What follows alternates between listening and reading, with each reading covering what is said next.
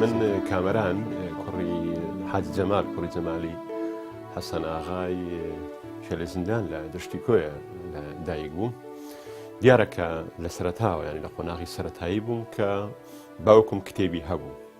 ژمارەك لە کتێبەکانی کە لە کتێبخانەکەی شوێ موکرانی چاپ دەکران لە چاپخانەی عەسری و سەردەمە چاپ دەکران، کتێبەکانی مەلا مستەفای سەفوەت تایبەت بە کتابی ئاینی، شعرەکانی مەلا عاسی شاعیر هەستم کە ژمارێک لەو شعرانەشی هەر لەبەر بوو دوای زانیمەوە. هێواش بە دنیای خوێندنەوە ئاشنا بووم. بە تایبەتی کە لە ساڵ 1970 کە هاتمە کۆی بە تاوانکردنی خوێندنی ناوەندی لێرەوە زیاتر با بڵێن ئاشنا بووم لەگەڵ دنیای کتێب و بووم بە خاوەنی کتێب لە کتێبخانەی تایبەت بە خۆمدا. هێواش کەوتمە کۆکردنەوەی کتێب و کەوتمە بایەخدان بە بوارە ڕۆشنبیریە جیاوازەکان. دوو بوار با بڵێن زەدر هۆگری بووم، بواری سیاسی تاریخی کە ئەگەر هەر بۆ با بڵێن نمونەش بۆ بێنمەوە کتێبەکەی کوردستان و کوردی عەبدوڕەحمان قاسملو لەوانە لە بواری تاریخی سیاسی یەکەم کتێب بێ کە کڕی بێتم، و لە بواری شعر و ئەدەبیات تاریک و ڕوونی هێمن لەوانەیە یەکەمین شعر بێت کە لە بواری ئەدەبیات کڕی بێتم. لەو کاتەوە بە بەردەوامی خاوەنی کتێب بووم، بەڵام زۆر زاردوو ئافات دوو بەڵا هۆکار بوون بۆی کە تۆ کتێبەکانت بە سەلامەتی نەبێنێتەوە. هۆکارێکیان بابرین وەرگرتنی هاوڕێیان و دۆستان کە زۆر زار کتابێکی زۆرم لەو پێناوەدا فەوتاوە و لە ساڵی 2000 لە ڕووداوەکانی شەڕینەوەخۆ کتێبخانەکە و ئەرشێفە دەوڵەمەندەکەم سەر لەبەری تاڵان کرا. لێرەوە زارێک کە دەستم کردەوە بە کۆکردنەوەی کتێب، بەڵام لەوانەیە جیا لە هەموو هاوڕێیانم، جیا لە هەموو ئەوانەی کە بەشداریان بەرنامە دەکەن بەوەی کە کەمتر لە هەوڵیەوەدا بووم کتێب لە پێناو دیکۆر و لە پێناو کتێب بکڕم. هێندەی کتێبم لە پێناو پێداویستیەکانی بواری ڕۆشنبیری خۆم کڕیوە. بۆ نمونە کە من حەزم لە مێژوو بوو، بۆیە ئەم کتێبخانەیە بەشێکی زۆری کتێبی مێژووین کە لەم ساڵانەی دوایی بایەخم بە فیکری سیاسیان بابرین دەوڵەتداری و ئیسلام و دەوڵەتداری و ئەو ئیشکالانەی کە تایبەتە بە حکومڕانی بایەخم پێداوە بەشێک لە کتێبخانەکەم لەو بوارەیە. لێرەوە کتێبخانەکەشمە لەسەر و ئەساسە داڵش کردووە بەوەی کە ئەو کتێبانەی کە ئەدەبن، ئەو کتێبانەی کە بواری پەروەردن، ئەو کتێبانەی کە بواری فکرن، ئەو کتێبانەی کە بواری دەوڵەتدارین، ئەو کتێبانەی کە بواری مێژوون بە ئەنواعەکانی مێژووە تەسەوەڕ دەکەم ئەم پشتی شێریان هەیە لەو کتێبخانەکەم،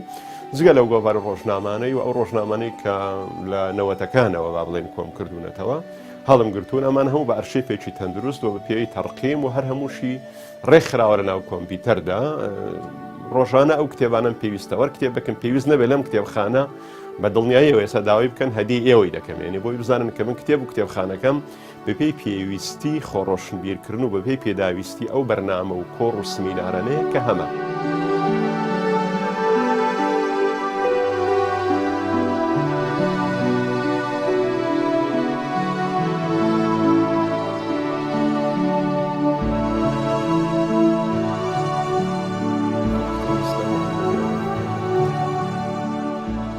پێم وایە هەموو کەسێک کە بایەخ بە خۆڕۆشنبیرکردن و خوێندەواری خۆی بدا مەرج نییە خوێندەواری مێژووی بە بواری ڕۆشنبیری بێت. تەنانەت ئافرەتە چنەوە ماڵ کە پێویستی بە خۆڕۆشنبیرکردنەوە لە بواری دروستکردنی خواردن پێویستی بە کتێبخانەیەکی خەنجیلانە هەیە، بۆیە کتێبخانە زەرورەتێکی ژیانەوە و باقی پێداویستیەکانی تر لە ناو ماڵدا. تەسەوڕ دەکەم لە ساڵی 1970 بۆ 81 کە قۆناغی نێوان سەرەتایی و ناوەندیم بوو، لەو قۆناغەدا لە 82 چوومە یەکی سەرەتایی یەکی ناوەندی ببوورە. لەو کاتەوە هەوڵیەوەم داوە خاوەنی کتێبخانە بم بە شێوەیەکیم تەوازان و بچووکتر.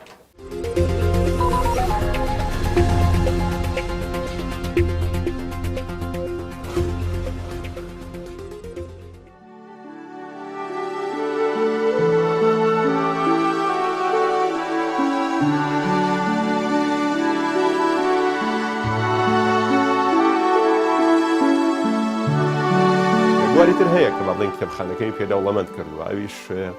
ئەرشێف، ینی من لە نەوەتەکانەوە لە هەوڵی کۆکردنەوەی ئەرشێفم، ئەرشێفی وێنە، سەوت، کۆڕ، سمینار، کژمارەیەکی باش لە سیدی و لە کاسێت هەڵم گرتوون و هەروەها کتێب لەسەر ئەکرۆبات، ینی لەسەر هارد کەژمارەیەکی باش من کتێب ئەلکترۆنیم دووبارە هەڵگرتووە بۆی کە سوودیان لەوەربگرم. پێم خۆشە دواتر بچیرە ناو وردەکاری کتێبخانەکەەوە. ئەمە پوختەیەک بوو لە بابەتەوە و لە ساڵی 1970 توانم بڵێم 1970-1984ەوە هەوڵی ئەوم داوە لە پاڵ خوێندنەوە بنووسم لە سەرەتاوە بە شیعر بە پەخشان بە ئەدەب دواتر لە نەوەتەکان لە بواری فیکری و ئیتر هێواش کەوتومە تا نووسین هەم لە بواری تەرجەمە ژمارەیەک لە نووسین و کتێبمە هەم لە بواری نووسین و توێژینەوە و هەم لە ژمارەیەک لە گۆڤار و ڕۆژنامە کە ڕۆڵی بابرین سەرەکی و بنەڕەتیم تێدا هەبووە ژمارەی باش نووسین و وتارم تێدا بڵاو کردوتەوە بۆیە لە پاڵ ئەم نووسین و کتێب و وەرجێڕانەنا لەوانەیە بەقەدەر ئەوان نووسین و وتار و توێژینەوە و لێکۆڵینەوە لە بوارەکانی فکری سیاسی ئەدەبی لە گۆڤار و ڕۆژنامەکاندا بڵاو بیبێتەوە کە ئەمیش دنیایەکی سەر بەخۆیە. خۆی ئەگەر مەستە هەمە زۆرە بریتی بێ لە کتێبی بیانی و کتێبی خۆماڵی لەوانەیە کتێبخانەکەی من نیوەی سەرچاوەکان عەرەبی بێم نیوەشی لەوانەیە کوردی بێ بەو ئەندازەیە و بەشێک کتابی وەرجێڕدراوی تێدایە و بۆ خۆشم لەوانەیە ژمارە کتێبم وەرجێڕاوەتە سەر زمانی کوردی لە زمانی عەرەبیەوە بۆیە بەڵام ئەگەرم بەست لە زۆرا و زۆری کتێبەوەیە کە بوارەکان بواری مێژووی ئەدەبی بواری پەروەردەی بواری فکری سیاسی ئاوابێ ئەوە بابەتێکترە من قەناعتم وایە کتێبخانە دەبێت زۆرێک لە فرەی تێدا بێ بەڵام دەبێ بە تایبەتی ئەوانەی کە زیاتر قوڵ دەبنەوە لە بواری نووسین و خوێندنەوە زەرورە بوارێک لە بوارەکان پشتی شێری تێدا بێ ینی بۆ ئەوەی کە ئەمە ڕنگدانەوەی بایەخپێدانی نووسەر یان خاوەن کتێبخانە بێ وەکو من کە پشتی شێرم بە مێژووداوە لە بەرەوەمە جێگەی بایەخە بەڵام لەوانەیە بوارەکانی تری ڕۆشنبیری بوارەکانی تری ڕووناکبیری و فەرهەنگیش هەرێک بە پشتی خۆی لێرەدا پشتی هەیە با بڵێن هەرێکەوە بەپی چەند کتێبێک هەیە لە بوارە جیاوازەکاندا کە لە کتێبخانەکەدا هەبێ وەکو نمونە خۆی هەیە بابرێن زەخ لە خۆی دەکات کە بایەخ بە مێژوو بدا یان وەکو پێداویستێگە من وەکو عشقێک لەگەڵ مێژووە هەمە یعنی پێم وایە ئێمە کە پێویستمان بۆ بە ئێستا و ئایندەمان بەرچاوڕوون بێ پێویستمان بە مێژووە ئەمەی کە لە ئێستا و لە ئایندە چاوەڕوان دەکرێت ڕوودا هەمووی بەرچاوڕۆشنی گەورەت لە مێژوودا دەست دەکەوێت ینی مێژوو خەرمانەیەکی گەورەی خۆڕۆشنبیرکردنی ئێمەیە بە مەرجێک ئەم مێژووە بە ڕوحێکی ڕەخنەگرانەوە بە ڕوحێکی پند و دەرزۆ لێوەگرتنەوە بیخوێنینەوە نەک وەکوچی ڕۆک و با بڵێن وەکو زۆرێک لە تەمەتۆیانی زۆرێک لە سوودبینین وەریگرین بەڕاستی دووەم بابەت کە تەسەوڕ دەکەم لە مێژوودا نزیک بێیانەوەی کە پێی دەوترێ فەقی مەقاسید و سیاسەی شەرعی کە بەشێکی باش لە کتێبخانەکەم کتێبەکانی ئەحمەد ڕەیسوونی مەغریبی و ژمارێک لەو کتێبانی کە لەو بوارەدا با بڵێن شتی باشیان نووسیوە لەو بەشانن کە لە کتێبخانەکەمدا خۆشەویستی تایبەتیان هەیە و ڕۆژانەش بۆ کۆڕ و سمینار و چاوپێکردن و موناسەباتەکان پێویستم پێ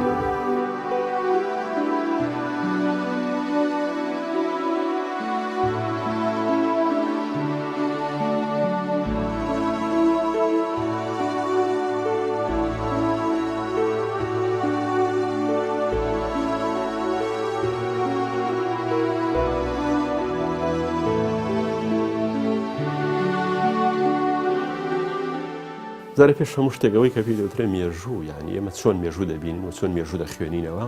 و دیدمان بۆ مێژوو چییە و چۆن جوابی ئەو وڵامانە بدەینەوە کە ئیشکالە لەسەر مێژوودا دەنن مێژووش خۆ حەقەتێکی مطلق نییە ئەوەی کە نووسیوێتیەوە بە دیدی خۆی نووسیوێتیەوە ئەوەی کە نووسیوێتیەوە بە تەکید مەیلداری کاریگەری هەبووە ڕەت کاریگەری هەبووە نادیدەگرتن کاریگەری هەبووە هەموو ئەمانە هەوڵداوە لە نامیلکەیەکدا کۆ بکەمەوە بۆی بە ناوی چەند بابەتێکی مێژووی لەوێدا بە وردی باسی ئەوەم کردووە کە دیدی کامەران باوانزادە بۆ خوێندنەوەی مێژووی ئیسلام فەلسەفەی مێژووی کورد و دەوڵەتداری لە ڕابردوودا چیە و چۆنە زۆترین کتێب لەوانێ قۆناغ دەوری هەبوو بێ بەڵام مێژوو پشتی شێری بەرکەوتووە لە بایەخپێدانی من بە دنیای خوێندنەوە و لەم ساڵانەی دوایش بۆی ئەم چێشمی ئیسلام و دەوڵەتداریەوە بایەخێک و تەرکیزێکی زیاترم کردوتە سەر بواری فکر بواری دەوڵەتداری ئەوەی کە پێی دەوترێت سیاسەی شەرعی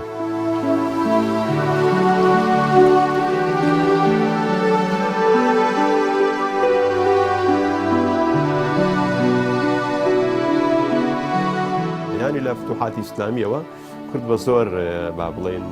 ئیسلامی بەسەردا فەرز کرا من پێم وایە لەو نێوەندەیدا ئێمە تووشی زۆرێک لە کورد هەڵی هێنانەوەی پێی دەوترێت ئیفرات و تەفرید بووین هەندێک لە ئەوانەی کە بۆ خۆمان زیاتر ناو ڕۆکی ئیسلامین لەوانەیە برم زیاد ڕەویەکمان کردووە بۆی کە پێمان وایە کورد لە ئەولیەوە ئاڵای سمی هەڵکردووە پێشوازی گەرمی کردووە و هیچ پێکدادانێک نەبووە لە سەرەتای ئیسلامەوە بە پێچەوانەوە ئەوانەی کە نەیارن بەم فکرەیە پیان وە بۆ هەمووی بەزەوی شمشێر بەڵام ئەمەم دووبارە لە کوردستان بە ئاشتیان بە شمشێر ئازاد کرا هەموو تارێکە لە گۆڤاری خاڵ بڵاوم کردەوە هەم لەو نامیلکەیەدا بە شێوەیەکی ورتر ئەوەم باس کردووە کە بە فعلی کوردستان چۆن ئیسلامی وەرگرتووە شێوە واقعەکەی لە فتوح البلدانی بەلاذیری و لە کتابە مێژوویەکاندا دوور لە دیدگای ئایدۆلۆژی سیاسی چۆن بووە.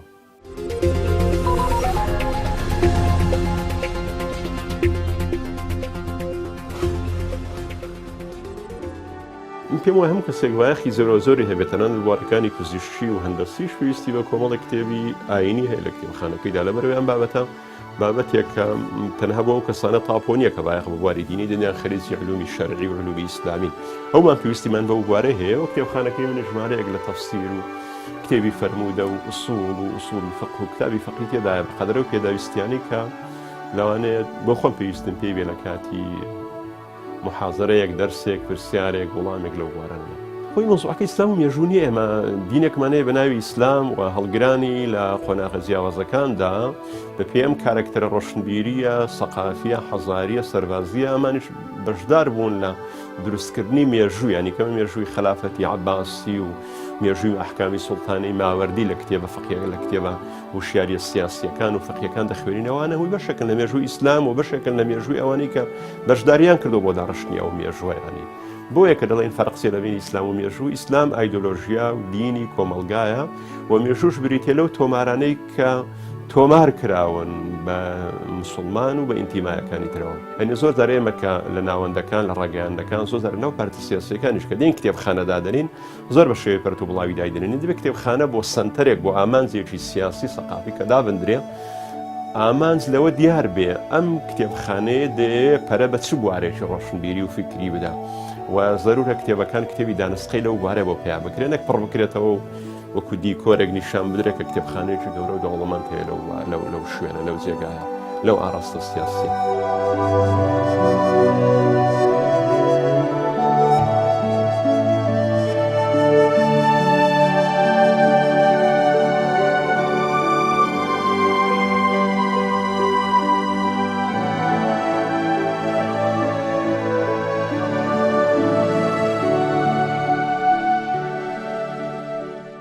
دیارە بەرهەمەکانم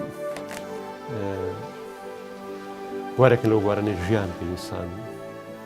دڵی پێیان خۆشە. هەمیشە پێم وایە خانی قەدر گرانترە لە واقعی ئێمەدا و لە ڕۆژانی دواتر لەو میرەی کە هاوزەمانی خانی بووە لە میرنشینی بۆتان ناوی ڕۆشت و بڕایەوە، بەڵام ناوی خانی بەهۆی بەرهەمەکانیەوە تا ئێستا لە ناوماندا ماوە. کەواتە بە بڕوای من ئەمی کە 2000 خزمەتێکی گەورە دەکەوە سەدەقەی جاریە و دەمێنێتەوە کتێب و بەرهەم و نووسینە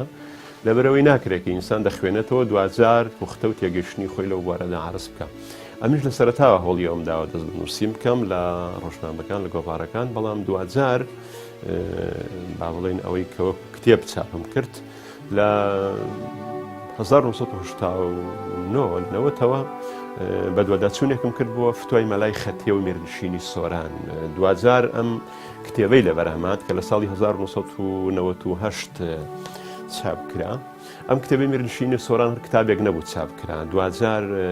زنجیرەیەک نووسینی لە ڕۆژنامە گۆڤارەکاندا لێکەوتەوە، ینی لە ئەو جەدە ئەو ڕەد و بەدەلەی کە لە ئەو بابەتە هات بە تایبەتی مەلای خەتیەوە ڕۆڵی ئاین لە کەوتن یان سەرخستنی قەوارەی کوردی، واروها کۆمەڵێک سمینار و کۆڕی لە زانکۆکاندا لێ بە دوو داهاتواتە بوو بە قەزیەیە کە من تێدا بووم بە پارێزەر لەو ڕوانگەیەوە. لە ساڵی باڵێن لە 2000 لەو کاتێک کە قسە دەکرا ئایا ڕژێمی سەدام حوسێن دەڕوخێ و ئایندەی عێراق چی لێ دێ، دکتۆر عوسمان عەلی هاوڕێم ڕێزم هەیە لەسەر ئایندەی عێراق و فیدراڵیەت و چارەنووسی ئەم وڵاتە بەرەو کوێ باشە بۆی خەوارەکان پێکەوە بژین و لە ڕابردوو عێراق چۆن دروست کراوە، نووسینی هەبوو دەربارەی فیدراڵیەتی عێراق. منیش ئەم بابەتەم تەرجەمە کرد لە ژێر ناونیشانی فیدراڵیەتی عێراق لە نێوان لە چەمکی ئیسلامی و چەمکی ڕۆژئاوایی بۆ ئەو کاتە کتابێکی بەسوود بوو و بوارێکی گرنگ بوو. هەر ئەمەش بوو بەهۆی ئەوەی کە هەندێک نووسین و کۆڕ و سمیناری دێبکەوێتەوە. لە ساڵی 2011 نەمەی ماستەرەکەم لەسەر دامەزراندنی ژمارەیەک لە میرنشینی کوردی بوو کە پێش شەڕی چاڵدێران دامەزرابوون و ڕۆڵی گەورەیان بینیوە ئەو میرنشینانە. ئەمیشم لە ساڵی 2012 چاپ کردووە و بڵاو بووەتەوە. دوای ئەوە من خۆی بەرهەمەکانی تۆڕە عوسمان عەلیم هێنا بە تایبەتی بەرهەمە مێژوویەکانی بکەمە کوردی ینی بۆ ئەو سەردەما بۆیە ئەم کتێبانە گەلێک با بڵێن ئەم نووسینانە گەلێ زۆر بوو بەشێک لەوانەیە کە کاتی خۆی لەسەر وەرەقەی نووسی بووم دەفتەرەکانم هەموو گرتۆ بە دەستنووس بۆ من یادگارێکی زۆرە و هەڵی ئەومدا بە 3 بەرگ ئەمە چاپ و بڵاو بکەمەوە بەرژی یەکەم و بەرژی دووەم بەڵام دواتر بەرجی سێم پێڕانەگەیشتم دەست خۆش بۆ پەیمانگای فکری ئیسلامی هەر سێکی لە چوارچێوەی دوو بەرجی قەشەنگە بۆ چاپکردم بە ناوی چەند لێکۆڵینەوەیەک دەربارەی بزاوی هاوسەرخی کورد کە هەردووشیان پێکەوە 1000 لاپەڕە دەبن ینی بە خەتێکی تقریباً ورد ئەمە سەرچاوی گرنگە ئەمڕۆکە لە زانکۆ لە ناوەندەکانی خوێندن وەکو کوڕاسە و بەرهەمێکی گرنگ دەژمێردرێ لە مێژووی نوێ و هاوسەرخی کورد و بە شێوەیەکی متەزین و ئەکادیمی جوان نووسراوە بنێشێک لە گرفتە گەورەکانم ئەوە ینی کۆمەڵی کتابی دانسقەی باش کە تۆ پێویستت پێیەتی و ڕۆژانەش پێویستت پێیەتی بەڵام دەیبەن و معاناتی زۆریشم لەگەڵ مامۆستانی زانکۆ هەیە بەڕاستی ینی زۆر لە ناوەندی زانکۆ بەشێک لە کتێبەکانت بە مشتاقێتێکەوە دەبرێ بە کۆمەڵێک تەواضوعەوە بەڵام بۆ دواتر دەبێ هەوڵێکی زۆر بدەیت تا بۆ دەگەڕێنەوە وهروەها لە 2013 کورد لە بەڵگەنامەکانی بەریتانی کە بە یاسرافی ژمارەێک لە مامۆستایەکانی چێکە لە کتێبە هەر دانسقەکان لە عەرەبیە وەرمجێڕایە سەر زمانی کوردی و دەستگای مکریان چاپی کرد کورد لە بەڵگەنامەکانی بەریتانیا زیاتر لە کتابێکی 100 لاپەڕەیە و تەرجەمەکردنی بەڵگەنامە قورسە بە تایبەتی کە لە ئینگلیزی و کرابێتە عەرەبی زارێک کەتوبی کە و کوردی و لە زۆر شوێنان پەراوێز و حاشیە بۆ بنووسی من لە ساڵی 2006 نامەیەکی ماستەرم نووسی بۆ زانکۆیی ئۆنلاین ئەو زانکۆیانەی کە احترافیە نەکراون لە کوردستان بۆیە خاوەنی دوو بڕوانامەی ماستەرم ئەمەیان لە تاریخی نوێ هەوچەرخە و دەتوانم بڵم بە یەکێک لە دڵگیرترین کتابەکانی خۆمی دەزانم کاویش ڕێکەوتنامەی دەزائیر و ڕاهەندەکانی لەسەر کێشەی کورد لە کوردستانی باشوور کتابێکی دانسقێ بە بڕوای من و کتابێکی گرنگە بەڕێوەبەراتی چاپ و بڵاوکردنەوەی سلێمانی سەر بە وەزارەتی ڕۆشنبیری هەرێمی کوردستان چاپی کردووە و ئەم کتێبە لە سەرتاوە بە عەرەبی بوو دوای من کردمە کوردی و بە کوردی چاپم کردەوە بەڵام ئێستا عەرەبیەکەشی لە ژێر چاپدایە بۆ ئەوەی کە عەرەبیەکەش بکەوێتە بەردەستی خوێنەرانەوە هەرێکێک لەم کتێبانە مەسەڵەن بەتایبەتی ڕێکەوتنامەی دەزائیر کورد لە بەڵگەنامەکانی بەریتانیا چەند لێکۆڵینەوەک دەربارەی بزاوی هاوسەرخی کورد مردنشینەکانی کورد ئەمانە 2000 شتی لێکەوتۆتەوە ینی بۆ من بۆتە سەرچاوەیەک بۆ دیدگایە کە لە چەندین کۆڕ و سیمینار لە ڕۆژنامە و گۆڤارەکان لە پەراوێزی ئەمانە شتم نووسیوە کە قسە ڕقسە هەڵوەشانەوە ڕێکەوتنامەی دەزائیر کراوە وتاری تێروتەسەل و کاریگەرم لە قۆناغی خۆیدا نووسیەوە بە تایبەتی لە دوای 2023 ماوەیەک ئەم زەدەرە لە بینی عێراق و ئێران هاتە کایەوە لەسەر میرنشینەکان بە تایبەتی میرنشینی بابان سۆران کە بەشێکن لەم بابەتانە بابەتی ئەکادیمیم لە پەراوێزی ئەمانەوە نووسیوە لە گۆڤار و ڕۆژنامەکان لە کۆڕ لە سمینارەکان تەنانەت هەندزار لەم قابلە و لە کۆنفرانسەکانیشدا گەیاندووە.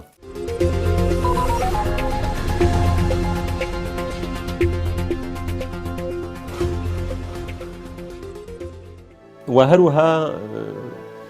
لەم ساڵانە دکتۆر عوسمان عەلی هاوڕێم بە هاوکاری لەگەڵ ژمارەیەک لە نووسەری تر کتابێکیان نووسیوە کە بەتاکی کتابێکی منیشی تێدا بوو بە ناوی سەحوەی ئیسلامی و سەحوەی نەتەوایەتی لە کوردستان لە بینی تێکژیران و وابەریەکەوتن دکتۆر پشتی شێری بەرکەوت بوو لەم کتێبە 2000 لەگەڵ ژمارەیەکی خۆشەویست لە هاوڕێیەکانم مامۆستا شۆن هەورامی و شۆڕش و کاک ئیسماعیل و مەجموعەیەک لە هاوڕێیەکانم پێکەوە بەدەستە جەمعی لە لەوانێ زۆربەیان ئەمن وەرمجێڕابێ بەڵام شتراتێکی باش شیوانیشی تێدا بوو بە هەمومان پێکەوەم کتێبەمان کرد بە کوردی بە ناوی گفتوگۆی ئیسلامی عەلمانی کە عەرەبیەکەی لە کتێبخانەکەدا هەیە حیواری ئیسلامی عەلمانی لە کوردستان کە ئەمیش کتابێکی باش و کتابێکی قەوارە گەورەیە و لە شوێنی خۆیدا خزمەتێکی باش بە لێک تێگەشتن لە بینی ئەم دوو ڕۆڵتە دەکات لە هەرێمی کوردستان کە پێویستیان بە پردی لێک تێگەشتنە. لە پەیمانگای یان ڕاهێنان و گەشەپێدان لە کۆمەڵی ئیسلامی زنجیرێک محازەرەم پێشکەش کرد ئەم محازەرانە تایبەت بوو بە پوختەیەک لە دیدی من بۆ مێژوو پوختەیەک لە دیدی من بۆ مێژووی ئیسلام بۆ فتوحاتی ئیسلامی بۆ کۆمەڵێک لەم ئیشکالەتانەی کە لەسەر تاریخی کوردە هەیە لەسەر نەتەوە هەیە لەسەر با بڵێنەوەی کە پێی دەوترێت چۆن دیدێکی هاوسەنگ بۆ مێژوو ئەمام بە 5 محازەرە و دواتر کورد کرایەوە و هەر هەمان ناوەند چاپی کرد بە ناوی چەند بابەتێکی مێژووی کە دەتوانم بڵێم پاڵافتەیەکی گرنگە لە دید و بۆ چوونی من و لە فکری من بۆ مێژووی ئیسلام مێژووی کورد و ئەم زنجیرەیە بەردەوام دەبێت ینی ئێستا هێواش ئەو بابەتانی کە پێویستە دەیانکەم بە وتار و بە دوواداچوون و دوازار لە بەشەکانی تردا بڵاو دەبێتەوە هەر لەو پێوەدەنگەوە کۆمەڵی کتابی فکری یان سیاسی یان مێژووی هاوبەش هەیە بۆ نمونە ئێستا نووسڵەکەیم نەدۆزیەوە لەسەر داعش و توندوتیژی یەکگرتووی ئیسلامی لەم ساڵانەی ڕابردوو کۆنگرەیەکیان بەس لەسەر توندوتیژی ئەمن بە توێژینەوەیەک بەشداریم کردو هەموو توێژینەوەکان کران بە کتێبێک لەسەر مەلای گەورە کۆنفرانسێک کرا دووبارە توێژینەوەیەکی منی تێدا بوو ئیشمان کرد بە کتێبێک کە توێژینەوەیەکی منی تێدا بوو لەسەر فکری علمانی لە نێوان واقعی بوون و با بڵێن خەیاڵدا ئەمیش زنجیرەیەک کۆمەڵێک توێژەری و بواری فکری باش لە کوردستان بەشداریان کردووە ئەمنیش بە نووسینێک بەشداریم تێدا کردووە ئەمە بە بڕای من گرنگ بووە لێرەوە دەکرێت بڵین بە پێ ئەو حسابی کە من زۆر حەزم لە بواری پەروەردەی سیاسی لە بواری کاری ڕێکخراوەی لە نەوەتەکانەوە کارم کردووە و ئەمە وای کردووە کە بەشدار بم لە دانانی کۆمەڵێک کوڕاسەی فکری کۆمەڵێک کوڕاسەی سیاسی کە ئەمە بێتە بنەما بۆ کاری پەروەردەیی بێتە بنەما بۆ کاری ڕێکخراوەیی کاری با بڵین دەرس و دەورات ئەمەش دووبارە لەوانەیە ئێستا بەشێکیان بەردەست نەبوو بێکە هاتن کاتی خۆی لە پەیوەندی ئیسلامی خوێندکاران و لاوانی کوردستان موجەسوس المەنهەج تەربەوی پێکەوە لەگەڵ هاوڕێیەکانم هەوڵی ئەوماندا وەکو ئەساسێک لە ساڵی 2004ەوە لە هەوڵی تەشکیلکردنی ئاڕاستەیەکی سیاسیدا بووین دووبارە لە هەوڵی ئەوەدا بووین پێکەوە ئەمە با بڵێن ئەوەی کە پرۆژەی بیکەین بە پرۆژەیەکی سیاسی کە دووبارە با بڵێن ڕۆڵی بنەڕەتیم تێدا بینی بە دەوڵەمەندکردن لەگەڵ هاوڕێیەکانم و لێرەوە لەوانەیە ئێستا بەشێکی باشی کاتی دەوێت تاوەکو دیانهێنەوە بەردەستی ئێوە لە ئارشیفەکەی لێرەوە ئەمەش بوارێکی گرنگە لە بواری فکری سیاسی و ڕێکخراوەیی بەوەی کە چۆن ئینسان بنەمادا دەنێیان بەشداری دەکە لە ئەساسیات لە هێڵە گشتیەکانی سیاسی بۆ بوارێک من ماوەیەکە لە زانکۆوە بەشێک لە قوتابیە نووسیکان وەکو با بڵێن قایمە و لیستیانە لابوو مامۆستا قوتابیەوەی کە کتێبیان دەوێت لای منەوە کتێب وەرگرن و بیگەڕێنەوە بەڵام بەڕاستی لەم سە ساڵی دوایی معاناتێکی زۆرم بەرست لە دەستدان و فەوتانی کتێب چێشت بەڕاستیە نەگە بڵێم بەقەدرم کتێبخانەی نیوە ئەم کتێبخانەی کتێبم فەوتا بێ بەس بە ڕۆشتن و ئیستیعارە و نەگەڕانەوە نابێتە درۆیانی بۆیە نازێک دەستم سوتاوە ئێستا کتێب بە زەحمە لە کتێبخانەکەم دەڕاتە دەرەوە پێم وایە ئەگەڵ ڕابردوودا کتێب دەستخستن هەندێک قورس بێ بەڵام ئێستا کتێب بەهۆی کۆپیکردنەوە بەهۆی با بڵێن پرێنتەوە هەندێک ئاسان بۆ مەسەڵەن یەک لەو بوارانەی کە ئەمڕۆکە گرنگە بۆ من سوودی گەورەم لێ بینیەوە بریتە لە کتێبی ئەکرۆبات PDF یعنی کتێبخانەیەکی گەورە کە لەوانەیە دوو بەقەدەر ئەم کتێبخانەیە ببێ کە ئێستا ئێمە لێی دانیشتون و زیاتریش کتێبخانەیە ئەکرۆباتێکە لە ناوم هەردەدایە ینی تۆ لە ڕێگەی کۆمپیوتەرەکەتەوە دەتوانی ئەو کتێبە لە کاتی پێویستدا سوودی لێوەرگری و خێراتریش بیدۆزیەوە بۆ ئەو موقع و لاپەڕی کە دەتەوێت لەوانەیە وەکو کتێبی نووسراو نەتوانی لە ئەولی تا ئاخیری بیخوێنیەوە و سێژەی لێوەرگری بەڵام بۆ وەرگرتنی زانیاری خێرا و هەموو کاتێک پێت بێ و بەردەست بێ شتێکی گرنگە من لە کاتی خۆشی ئەنی هەوڵێکی باشم بە ئەم بوارە داوە و بەشێک لەمانە ئێستاوە خەریکم پرێنتیان دەکەم بۆ سەر وەڕقەی بە تایبەتی ئەو نامیلکە و کتێبانەی کە گرنگن دەستم نەکەوتون لە بازار نەمکڕیون ڕیان دەکێشم وەکو مەرزەمە هەڵیان دەگرم بوارێککە کە لای من گرنگە واری ئەرشێفەکەنی هەڵی ئەوم داوە ئەرشێفێکی باشمە بێ نەک لە گۆڤار ڕۆژنامە ئەرشێف لە نووسرا و لە بەیاننامە لە ئەو بەڵگانە مۆسیقە سیاسیانەی کە پێویستیمان پێێتی و ژمارەیەکی باش لەم سیدی و شریتە ڤیدیۆیانەی کۆڕ و سمینار و زموزۆڵەکان لە نەوەتەکانەوە ئەمە بە بڕوای من گرنگە چونکە هەموو مێژوو نووسێک کە بیەوێ لە قۆناغەکانی ڕابردوو کۆڵێتەوە بە تایبەتی لەم 15 ساڵەی ڕابردوودا پێویستی بە ئەرشێفە یانی دووبارە هەوڵی ئەوم داوە لە ڕوانگەشەوە بێخەم نەبم بەلایانی کەمەوە هەز دەکەم بە قەدەرەوەی کە ئێمە کتێبخانەی گەورە و زەخممان لای ڕۆشنبیر و نووسەر و مامۆستایەکان هەیە بەقەدر ئەمە خوێنەری باش نین یان بەقەدر ئەمە بایەخ بە ناوەڕۆکی کتێب نادەن کتێب ئەگەر تەنها بۆ کۆکردنەوە بۆ عەرز و بۆ نیشاندان بێ پێم وایە بێ سوودا کتێب بەقەدەرەوەی کە پێویستی خوێندنەوەی تۆیە بەقەدەرەوەی کە تۆ دەیخوێنیەوە بایەخی پێدەدەی بەقەدەرەوە خاوەنی کتێب بە ئەگەر کتێب ناتوانانی بەرپرسیارەتەکەی هەڵگری بەوەی کە تۆ بێ ئاگای لە ناوەڕۆکەیم پێم وایە نەتبێ باشترێن چوە کتێب جیاوازە لە مەعرەز و لە کۆمەڵێک دیکۆراتی تری ناوماڵ کتێب بۆ خوێندنەوەی بە خۆڕۆشن بیرکردنە بۆ جوانی و ڕازاندنەوەی ناوماڵ نییە.